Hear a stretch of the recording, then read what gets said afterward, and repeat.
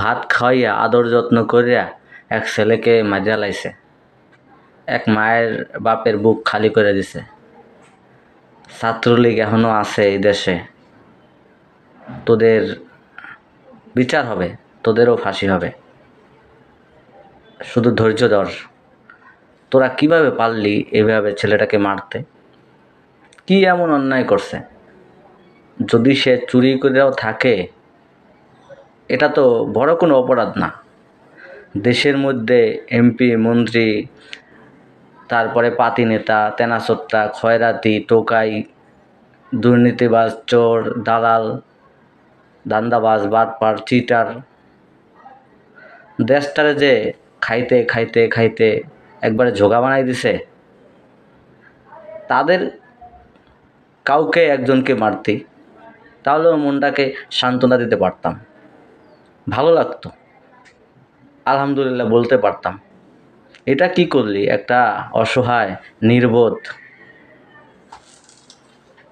তাকে মাইরা ফেলাইলি, মায়ের বুক খালি করলি। এইভাবে পিটায় কেউ? যার বিবেক আছে, তোরা পড়াশোনা করস, তোরা পারলি কেমনে, করলি কেমনে কাজটা? এই যে আমাদের স্বৈরাচার, তার নেতাকর্মীরা যারা আছে, কোটি কোটি টাকা, বিলিয়ন বিলিয়ন টাকা সম্পদ চুরি করিয়া দেশ থেকে পালাইছে। তাদের কাউকে একজনকে মারতি, দেখতাম তোর বাপের কত হ্যাডাম আছে, তোরা কত পারস, আমরাও তোদের সাথে থাকতাম। কারণ ওদের মারলে কোনো বিচার নাই, আওয়ামী লীগ মারলে কোনো বিচার নাই।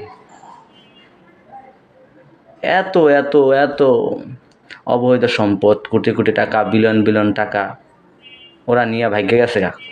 ওদের তো ধরতে পারলি না, ওদের তো কিছু করতে পারলি না। এখনো তো দেশের মধ্যে অনেক হাজার হাজার আওয়ামী লীগ আছে। অবৈধ সম্পদ, টাকা পয়সা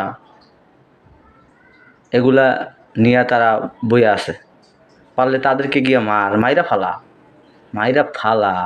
আমরা খুশি, আনন্দিত। কারণ এই দেশ থেকে চোর, দুর্নীতিবাজ, দালাল, সিন্ডিকেট ব্যবসায়ীরা মরে গেলে আমাদের খুশি লাগবে, আনন্দও লাগবে, আমরা মজাও পাবো। যারা ওদেরকে মারবে তাদেরকে আমরা আরো দোয়া দিব, দোয়া করব তাদের জন্য। যারা এই স্বৈরাচারের নেতাকর্মীকে মারবে তাদের জন্য দোয়া করব। তোরা এই কাজটা মানতে পারতাছি না রে ভাই। খুবই কষ্ট লাগতেছে যে ছেলেটাকে, একটা অসহায় ছেলেকে এভাবে মাইরা ফেলায় পিটাইতে পিটাইতে। একবারে সেম আবরার হত্যার মতো হয়েছে একবারে।